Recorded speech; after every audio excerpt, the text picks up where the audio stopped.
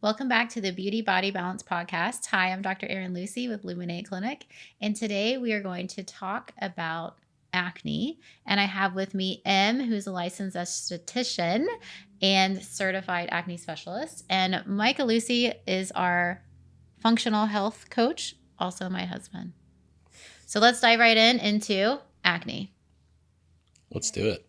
I'll go first. Okay, go for it. I'll just kind of give like the science behind acne, but I think kind of the main thing is that acne creates a lot of anxiety and trauma and stress throughout all the ages. Just in youth, whenever you're in high school and you kind of have that peer pressure there. And then also as adults that get acne, they also have a lot of stress and anxiety. And so really whenever we treat acne, one of the main things is the psychological component of we want to improve the self-confidence and really making the patient feel better.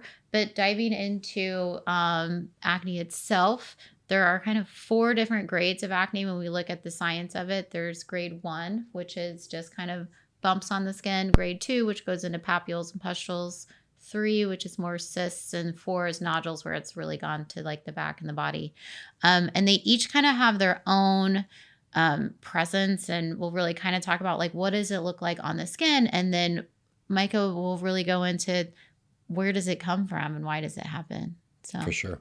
Em, you want to start? Sure. So yes, there's the 4 grades of acne. That's the basics. As a provider and an acne specialist, when I think about treating acne, I have it in 2 categories, which is non-inflamed and inflamed. Mm-hmm. And then there's mild, moderate, and severe. And that's just the amount of like lesions or breakouts on your face. If somebody had like a grade 1 mild, what would that look like? It would be anywhere from 2 to 5 on the cheek. Yeah.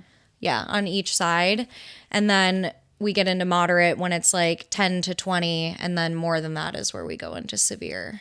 But a lot of times there's a lot of misconceptions about acne, and people tend to, and like as a person who has struggled with acne, I've definitely done this. They'll try to diagnose their acne as like hormonal acne, or they'll say I have very severe acne or something like that. So that can be like a hard conversation to have, but it's so important to like educate them, the patients, on what kind of acne they really have so that they can understand like why we're using what we're using, why we're doing the treatments we're doing, or we're recommending like the lifestyle and diet changes that we are. And I think, that's really important because oftentimes we'll see patients and we'll recommend a certain ingredient like salicylic acid or benzoyl peroxide. And they're like, oh, I've already used salicylic acid, or I've already used benzoyl peroxide.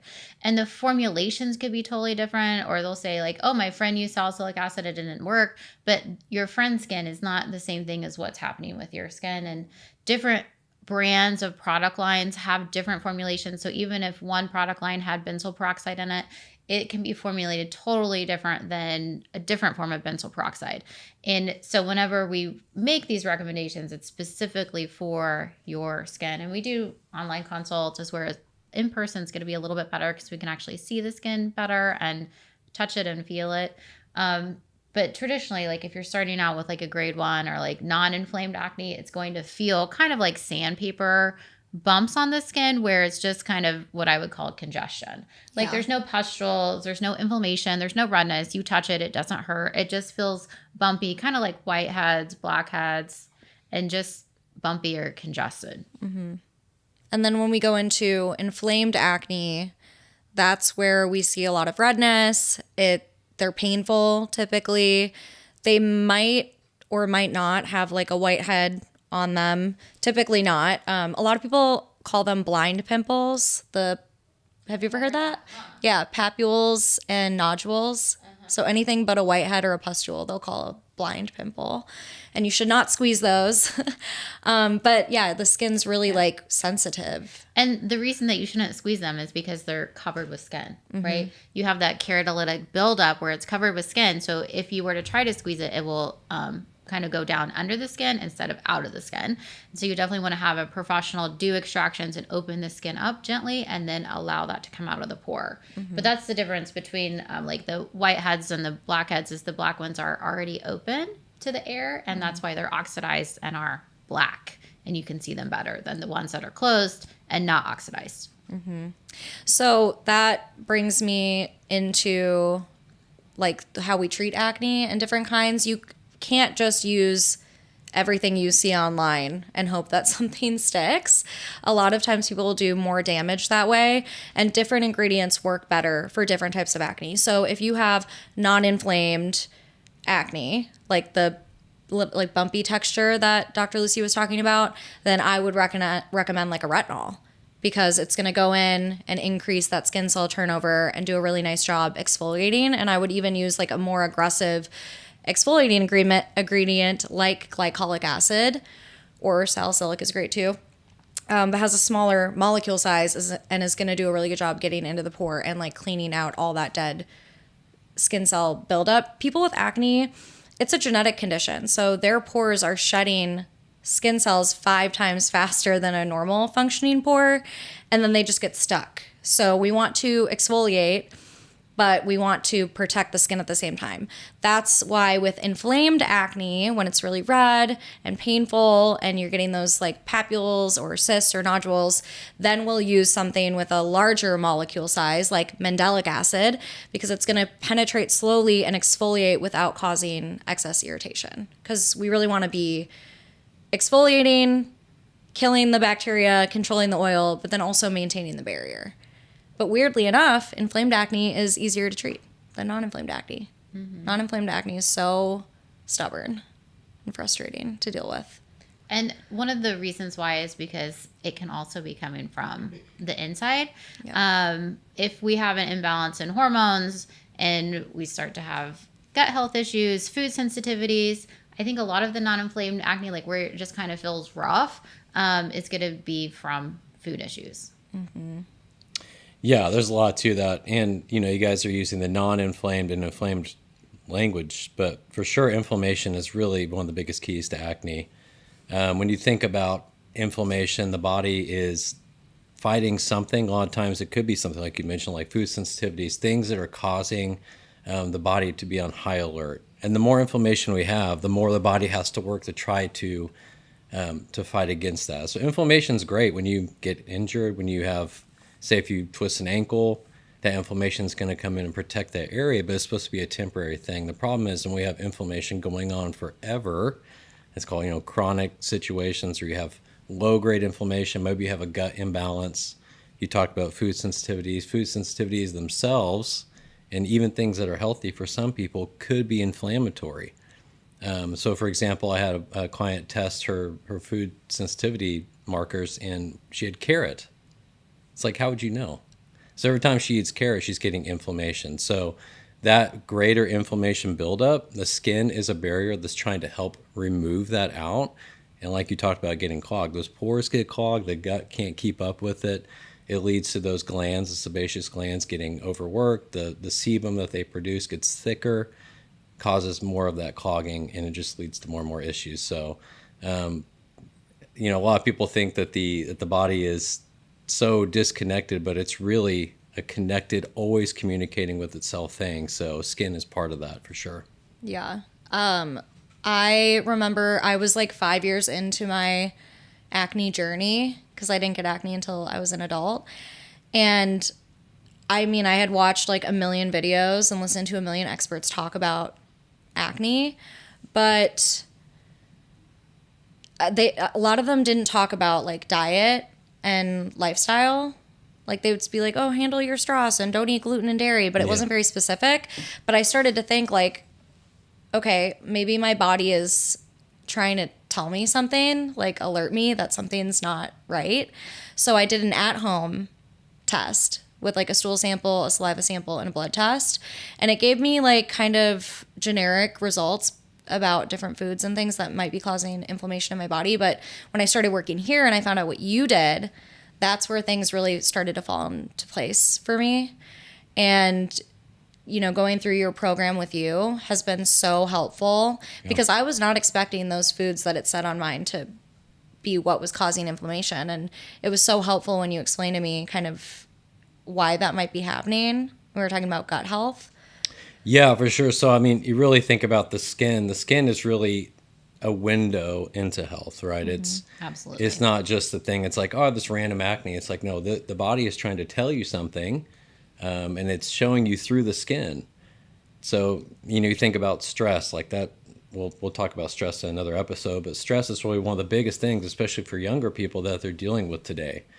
Mental health stress, physical stress, job-related stress. There's so much going on, and the more stress that we have, the bigger that inflammation load is, and the more that you're going to see acne being a part of their lives. So there's a lot of ways. Obviously, I love the treatments that we do here. There's so many things we do to help acne on the surface, but that internal piece of getting your gut rebalanced, helping your hormone balance, and that's another piece too with hormones. The liver and the gut and the skin all kind of work together to help detoxify the body, remove elements of stress and things that you're dealing with, especially hormones. And if that gets backed up, you think about the liver, it's kind of like Grand Central Station for that process. If it gets too much estrogen, the skin's trying to help on the backside, but it just becomes too much, and you see that come in acne. Yeah. We can treat the skin in the office and with home care. I can get you clear. I can clear your acne. But unless we are figuring out what's going on internally, your skin will adjust to your products and we'll have to change your routine. They're not going to always come back. It's always going to come back. It's a genetic back. Condition. There's no cure. There's just treatment. For sure. So taking that multifaceted approach is such a game changer when treating acne. Mm-hmm. In my dream world, everybody's doing your program. I wish everybody would do the internal and the external at the same time. Same. Starting with, the hormone changes that children have, they're going to teenagers and puberty, you have this really huge surge in testosterone, and that creates more oils. And that's when we start to see some of those, more of those papules and pustules coming up. And then, the teenagers aren't as great as skincare. That's a really great time to introduce skincare to your kids is when they are teenagers, because they do need to exfoliate and, take that dead skin off and do a better job kind of cleansing their skin. Helmets and hats and pillowcases, you need to wash them more frequently. And then during the older you get, women start to have those hormone changes, whether it's they're having kids or they're on birth control, and the estrogen has a huge role in acne. Whenever the estrogen starts to go down, then you start to have more, or there's an estrogen imbalance, or your estrogen starts to get backed up and you have extra estrogen, then the permeability of the gut will start to help to increase, and then we get more inflammation in the gut. So having the estrogen and testosterone balanced makes a big difference, because even if your estrogen and your testosterone, let's say they're in normal ranges, they can also be out of balance with each other. Your testosterone could be in a normal range and your estrogen could be in a normal range on your labs, but they could be out of balance for each other. And that's when we'll start to see more of that adult acne happening. Yeah, and we'll talk more about I'll let you talk about the skin, the actual protocols here in just a second. But as far as the labs themselves, getting that internal window really is such a game changer, because it gives us the chance to adjust the lifestyle habits that you're having and make it clear it's not some overwhelming thing where you have to do a million things at once and change all these things completely up into your life.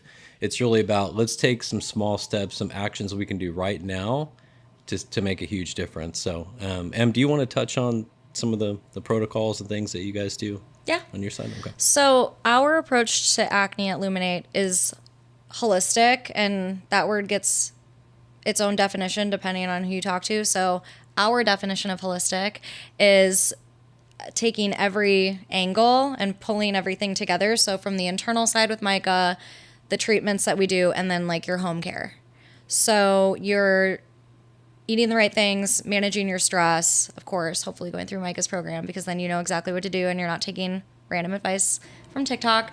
Maybe you're working with Dr. Lucie with your hormones. Have you seen that on TikTok where all these girls were drinking spearmint tea 3 times a day? No. To balance their estrogen? I'm not on TikTok. Well, you should, because there's some crazy stuff on there. But they were on there to balance their their estrogen or whatever naturally. And I'm like, Yeah. but for some people that could be detrimental to your Right. health on the whole. So please just come see us. Don't take advice from TikTok. One of Micah's sayings, I think, is like, you want to test, don't guess. Yes. Absolutely. Because it's so important, because what were the foods that came up on your test? Oh my gosh, things that you would never expect. Of course, dairy and gluten. I think I just Of have course. actual intolerance to those. Most people do. Sweet potato, garlic, ginger, things that kale, things that are usually like health foods. Olives. Yeah. That was nuts. What was on your test? I had oregano, vanilla, peanut, and wheat. Yeah. Or my major. I had a lot of different, Yeah. like more varied ones, but yeah, that was the major one. And I had salmon, edamame, cottage cheese, gluten, and all of those things are very healthy, but you wouldn't, and salmon is something I put on an acne protocol because of the omega-3s and that it's very anti-inflammatory. So I tell my patients to eat salmon, but it was something that I shouldn't even be eating myself because of the inflammation that it's creating. So it is important to test and not guess and really kind of know what's going on. And our ultimate goal, I think, for me as like a medical provider, somebody that writes prescriptions, is I really want patients to avoid getting Accutane and avoid having to use antibiotics. Yeah. Because antibiotics alone wreck your system all over. And then Accutane has several side effects, including depression is kind of the main one, and suicide. And I just don't want anybody on Accutane. So that's our goal, is to really kind of avoid antibiotics and Accutane. Yeah, I think a lot of people, especially who have really inflamed acne, think that they need to go on Accutane. That's like their only option. But we can treat very severe, very inflamed acne with the holistic approach, which is commitment to your home care products, which we try to make as easy as possible for you. But just being on top of those alone could get you clear. The next best thing would be if you're coming in every 2 weeks for chemical peels. That way I can get you clear a lot faster. It increases your skin health, and then your skin will be more receptive to your home care as well. And then going and doing Micah's program, what does a program with you look like from start to finish? Like, what's that patient journey like? Yeah, for sure. So the very beginning, we're going to test because, like Erin had mentioned, test, not guess. And really that's, I think, a lot of the problems today when people go to testing. It really doesn't mean anything if you go to a traditional testing route. But for functional testing, it's very different. It's giving us all the connection points of what's going on with your health. So for example, if you're coming with symptoms like acne, maybe you're dealing with headaches, joint pain, there's a million different ways that can go. But those tests are going to help us to identify why that's happening, not just say, hey, let's come up with this temporary Band-Aid. Like, let's understand why, so this doesn't have to keep happening. And once we have the test done and we get the results, we can see that and actually work with each client through like a coaching sort of environment. And we do what I call shift. And shift is something here at Luminate that we've come up with, but it's stress management, holistic nutrition. I know we use that holistic word, but incorporating movement. So not just exercise, but teaching your body to move again and be used to that on a daily basis, focusing on rest and targeted supplementation. So all those things together are really putting the keys back in your hands of controlling your own health and guiding your life after that point. Because honestly, I know a lot of people don't say this, but my goal is to have you never need me again. I want you to have your health so dialed in and understand your own body, be reconnected to that, so that the point we're done working together, you can run your own show. That's the goal. That's like the dating app Hinge. Their catchphrase is like the dating app made to be deleted or whatever. That's right. Yeah. Yeah. Delete me, please. It works so good you won't need it again. That's right. Yeah, that is the goal. It's funny. A couple of treatments that I like for acne, if we need to use them or pull them out, is Agnes laser. Agnes is a laser that's FDA approved for the permanent clearance of acne. And we can use this typically for more moderate acne that we see, like you have a breakout that like keeps coming back again and again, but it's radio frequency. It has a little teeny tiny needle and we put it right in the pore and then zap it, and it will decrease the oil production, because again, acne is going to be the increase in keratolytic buildup, so all those dead skin cells plus the oil, and then if bacteria gets stuck in there, then it will get inflamed. So the goal with the Agnes laser is to decrease that oil production and really slow it down to where you're not getting that buildup And that's how it works, basically. So it's just slowing down that oil production. And you're taking away the acne bacteria's food source. Yes. Because Dr. Lucie had mentioned once bacteria gets in there, it can get inflamed. It's because, this is so gross, I'm sorry, but yeah, the bacteria gets in there with the oil and just, it's a living organism. So just like any other living organism, it needs a food source. It gobbles up the sebum and then it produces waste. And that waste is what causes the inflammation. Then it starts to get swollen because the body is having an immune response. It's trying to like fight off an infection. Like a wound, it's a wound. An inflamed acne lesion is a wound. So when we can get in there and cut down the oil source, then it has nothing to eat and it just starves, basically.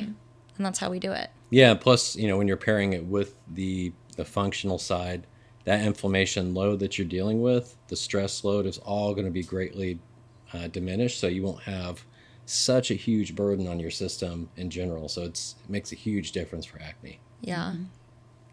Other treatments that we do have blue light. Blue light is a little bit more effective at home because you have to do it every other day. Every 2 days, like every 48 hours. 3 times a week. So you can come in 3 times a week for the blue light. It's nice. The blue light is specifically killing the P. acnes bacteria. It's not doing anything with the oil production, really. And then we can also treat, let's say, once the acne is gone, sometimes we'll have PIH, which is post-inflammatory hyperpigmentation, or PIE, which is post-inflammatory erythema, which is redness. Sometimes you'll have little brown spots or red spots. We treat those with IPL and laser, and then acne scarring. And there can be several different types of acne scarring, where it goes from just a little bit of acne scarring all the way up to deep, what we call like ice pick scars. And that's where they're deeper, and we have to go in and do some subcision there. Yeah, everybody calls their acne marks acne scars. So the brown spots and the red spots. But those aren't scars. It's just a buildup of pigment or leftover redness, like from the injury of the skin from having an acne lesion. And then the scarring's like the texture. Purple. Yeah, Yeah. Which is crazy. And that's more like a deoxygenated skin. Yeah. Where if we do like oxygen facial or microderms or aquaforms, where we're just physically increasing that circulation, like just trying to get circulation to the skin, we'll treat more of that purpley look. Yeah. So phase 1 at Luminate Clinic is clearing your acne using consistent home care products, consistent treatments in the office, and Micah's program. And then the next phase would be helping to clear the erythema, so the redness, the hyperpigmentation, the browns, and then the texture, the scars, using things like microneedling, which I love. Pico Sure laser is great for acne scars. And now we have another new laser. Can I name drop it? Yeah. It'll be fully launched by the time this episode comes out. Yeah. The Nuvaderm has been fantastic for scars as well. Nuvaderm is a Korean laser. So we think of like Korean glass skin. You think they're good with skincare? They're amazing with lasers. Yeah. And it's a beautiful laser because it's great for all skin types, all skin, like Fitzpatrick's. And then one of the things it does is increase circulation and make the skin thicker and healthier. It's really nice for acne scarring. Yeah. Makes it smooth. Okay. And the other day you said something about rosacea and acne. Can you repeat what that saying was? That I was like, that is not true. And you thought it wasn't true either. Right. So I had heard from like a leading expert in our field that acne as an adult, like after the age of 20, if you still have acne, you're headed down the road to rosacea, which is not true. I think the reason they think that is because a big piece of rosacea is the oil. But rosacea is multifaceted. It's complex. You struggle with rosacea. You're the rosacea expert. So rosacea is genetic. And we see it in genetic markers for Irish, English, Scottish, Welsh, Native American, which I'm Chickasaw Native American. And I'm Oneida. Yeah. And what's the last one? Asian. That is the other genetic factor that we see. And the reason that I think they see, oh, you're getting acne when you're 35, that it could be rosacea. It could be rosacea, not necessarily acne. And what that looks like is because you have that genetic predisposition for having having rosacea, rosacea actually starts out as more blood vessels closer to the surface. So like nice pink cheeks, which when you're younger, you're like, oh, okay, that's endearing. But it starts to get a little bit more pink. Like you have more growth factors for blood vessels on the upper side of your face. And eventually those blood vessels need more skin to eat and grow in. And so you'll get drier skin on the surface because you're making more skin. And then when you make more skin, you need more hydration. So then you start to produce more oils. And then the second, like grade 2 of rosacea is actually having papules and pustules kind of on the surface. So you do start to see rosacea somewhere around the age of 35, like 30, 35 is when you start to see it. You might see flashes when you're younger, like, oh, I have pink skin, or I have a glass of wine, or I get upset or embarrassed, and you'll have these flashes of pink skin. But then it starts to get more prominent when you're in your 30s. And then you have that hormone fluctuation where your skin gets a little drier and when you're in your 40s. And then we start to see more aggressive rosacea. But the rosacea type of acne is just rosacea. If we can control the rosacea, which it's kind of like similar treatments for rosacea type 1 and then acne grades 1. But they are two totally different things. Yeah, we have a different protocol and different products. Yes, we have different treatments rosacea. for rosacea and acne. But there is kind of like that little bit of crossover for somebody that's in their 30s and 40s where we start to see that. But it's you definitely want to control rosacea as soon as you see it and recognize it and get a diagnosis, because it will make your skin thicker and make your nose thicker, and eventually it can lead to blindness because it'll spread to your eyes. So you do want to control rosacea as quickly as possible. So if you have acne as an adult, all this being said, don't worry, it doesn't mean you're going to have rosacea. Right. It is not the pathway to rosacea, but it could be. It could be rosacea. So you definitely want to have it checked out and get diagnosed. Anything else? Yeah, I was going to say just one last piece, especially on the health side of things. The physical health is one part, but also really for us, the mental health around acne is huge. So it's kind of a vicious cycle. So you deal with an acne outbreak, it stresses you out. Maybe you go to things that help reduce that stress. So it's just a vicious circle that can keep that acne perpetuating forever. So I think all the things we do together help just obviously clear up the acne and make you feel so much better, but just give you that confidence back that you can go out in public, go out with your friends, go out to work, and just not have to keep dealing with something that has been a burden on you for years.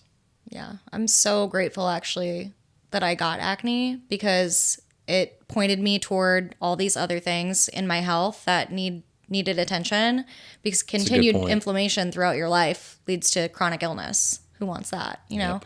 So I'm actually really grateful that I got acne as an adult, because it led me on this whole wellness journey. I think it makes me a better provider too. I love that. Because I can relate. But the stress and what it does to your confidence it's heavy, you know, it's disheartening. And it can be like a vicious cycle. So I'm glad that we get to all work together to get people clear. It's life-changing.